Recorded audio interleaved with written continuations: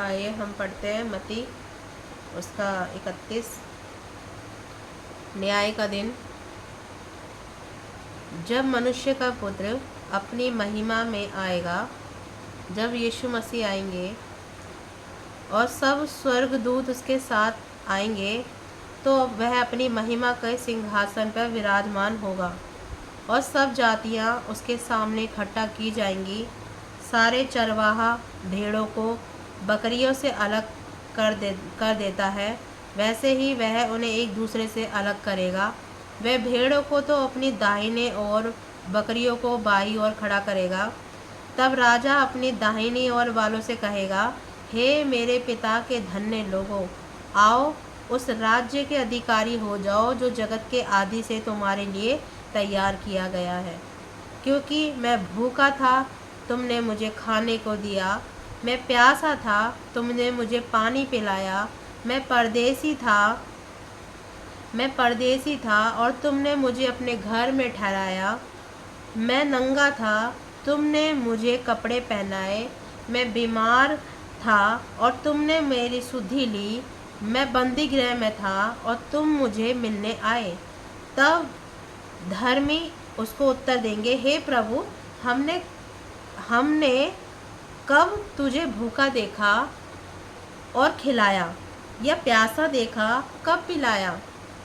हमने कब तुझे परदेसी देखा और घर में ठहराया, या नंगा देखा अपने कपड़े पहनाए? हमने कब तुझे बीमार था, बंदी गृह में देखा, तुझे मिलने आए? तब राजा उन्हें उत्तर देगा। कौन राजा? प्रभु यीशु जब उन्हें उत्तर देंगे, मैं तुमसे सच कहता हूँ कि तुमने जो मेरे इन छोटे से छोटे भाइयों में से किसी एक के साथ भी किया है, वह मेरे ही साथ किया है। तब वह बाई वाली मतलब अब तुम बकरियों से बात कर रहे हैं परमेश्वर, हम भेड़े हैं परमेश्वर की, वो बकरियों को परमेश्वर ने अलग करा हमसे, तो अब बाई वाले बकरियों के लिए बोल रहे परमेश्वर कि तब वह बाई और वालों से कहेगा, हे शापित लोगों, क्या कहेगा? हे शापित लोगों, मेरे सामने से उस अनंत आग में चले जाओ। किसमें? अनंत आग में, जो कभी बुझती नहीं है, वो वाली आग में, जो शैतान और उसके दूतों के लिए तैयार की गई थी। किसके लिए? शैतान और उसके दूतों के लिए तैयार की गई थी, उनके लिए नहीं तैयार करी गई थी। क्योंकि मैं भूखा था, तुमने मुझे खाने को नहीं दिया, मैं प्यासा था, तुमने मुझे पानी नहीं पिलाया, मैं परदेसी था और तुमने मुझे अपने घर में नहीं ठहराया, मैं नंगा था, तुमने मुझे कपड़े नहीं पहनाए, मैं बीमार और बंदी गृह में था और तुमने मेरी सुधि ना ली। तब वह उत्तर देंगे, हे प्रभु, हमने तुझे कब भूखा देखा, कब प्यासा देखा, कब परदेसी देखा, कब नंगा देखा, कब बीमार देखा, कब बंदी गृह में देखा, तेरी सेवा टहल ना की? तब वह उन्हें उत्तर देगा। कौन? यीशु मसीह जब उन्हें उत्तर देंगे, मैं तुमसे सच कहता हूँ कि तुमने जो इन छोटों में से किसी के एक के साथ भी नहीं किया, वो मेरे साथ भी नहीं किया। और ये अनंत दंड भोगोगे, परंतु धर्मी अनंत जीवन में प्रवेश करेगा। कितनी अच्छी बात लिखी है ना परमेश्वर ने, कि जब न्याय का दिन आएगा तो परमेश्वर अपनी भेड़ों को उन बकरियों से अलग करेगा और बकरियों का भी न्याय करेगा, भेड़ों का भी न्याय करेगा। और जो भेड़ें परमेश्वर की आज्ञा मानती, सुनती, चलती, और वो भेड़ों का न्याय कर रहा है कि मैं तुम्हें अनंत जीवन दूंगा, और उन बकरियों को कह रहा है जो परमेश्वर को जान के भी उन्होंने इनकार करा और उसके पीछे नहीं चले, परमेश्वर उनके लिए कहता है कि मैं तुम्हें दंड दूंगा। जो शैतान के लिए बनाए था नरक, वो आग की झील, उसमें वो डालेगा उन्हें। कितना दंड मिलेगा उन्हें।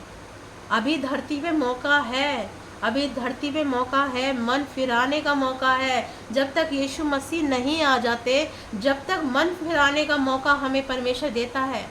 क्या पता परमेश्वर आज रात को ही लेने आ जाए, क्या पता है परमेश्वर दोपहर में ही हमें लेने आ जाए। तो उससे पहले हम पश्चाताप कर ले, प्रभु से क्षमा मांग ले, तो वो कर देगा। उसका अनुग्रह का सिंहासन अभी भी खुला है, उसका हाथ अभी उठा नहीं है। परमेश्वर लेने आए उससे पहले ही हमें पश्चाताप के साथ परमेश्वर से बोलना है, प्रभु मैंने जो पाप किए हैं, अभी भी उन बकरियों के पास मौका है, लेकिन जब वो न्याय का दिन आएगा तो वो बकरियों के पास मौका हट जाएगा। तो परमेश्वर से वो पश्चाताप के साथ हमें आना है और पाप जो हमने करे हैं उसको मान लेना है कि प्रभु मैंने आपको छोड़कर दूसरे के पीछे भागा, आप सत्य मार्ग को छोड़कर मैंने भटक गया, प्रभु अब मैं आपके पास आ गया हूँ। तो परमेश्वर हमें अपना लेगा। वो दयालु परमेश्वर है, वो अनुग्रहकारी परमेश्वर है, वो क्षमा करने वाला परमेश्वर है। हम गिरते हैं, हमें उठा के वो परमेश्वर रोज हमें खड़ा करता है। क्या हम गलती नहीं करते? लेकिन हम उसके सिंहासन के पास आते हैं, उससे माफ़ी मांगते हैं, क्षमा मांगते हैं, और परमेश्वर फिर से कहता है कि मेरे बच्चों पे दंड की आज्ञा नहीं है, और हमें फिर से वो खड़ा कर देता है। तो ऐसे ही हम अभी भी हमारे पास मौका है, हम उससे चूक न जाएं, उससे पहले न्याय का दिन आए, परमेश्वर से हम माफ़ी मांगे, पश्चाताप की तरफ आए और परमेश्वर की आज्ञा पालन करें। जैसा वो कहता है वैसा करें, तन मन से उससे लिपट जाए। कोई सच्चा प्रेम नहीं है, एक सच्चा प्रेम जिसने हमसे करा है वो प्रभु यीशु है, क्योंकि जो हमसे प्रेम करता है वो हमारे लिए प्राण भी त्यागने के लिए रहता है। हमारे लिए किसी ने प्राण नहीं त्यागे, लेकिन एक प्रभु यीशु ने प्राण त्यागे हैं। वचन में लिखा है कि परमेश्वर ने हमसे ऐसा प्रेम किया कि अपना इकलौता पुत्र हमारे लिए दे दिया, कि हम नाश ना हो परंतु अनंत जीवन पाए। अनंत जीवन, प्रभु ने हमारे पापों का दंड अपने ऊपर ले लिया, श्राप अपने ऊपर ले लिए, हमारी शर्मिंदगी हमारे अपने ऊपर ले ली, कि मेरे बच्चे आज़ाद और स्वतंत्र होने पाए। वो तो परमेश्वर है, क्या हमें ज़बरदस्ती कंट्रोल नहीं कर सकता? कर सकता है, लेकिन परमेश्वर ने हमें फ्री विल दी है, स्वतंत्रता दी है, कि तुम्हें आज़ादी है कि तुम किसको चुनना चाहते हो। या आज़ादी का हम नाजायद ज़्यादा फालतू का वो ना करें, फ़ायदा ना उठाए इसका। अभी भी अनुग्रह का सिंहासन खुला है, अभी भी आप लौट सकते हो। मुझे नहीं पता ये वीडियो कहाँ तक जाएगी, लेकिन मेरे मन में जो रहता है मैं वही बोलती हूँ। परमेश्वर का धन्यवाद करती हूँ कि हमें परमेश्वर ने बचाया है। प्रभु आपको आशीष दे इस वचन के द्वारा।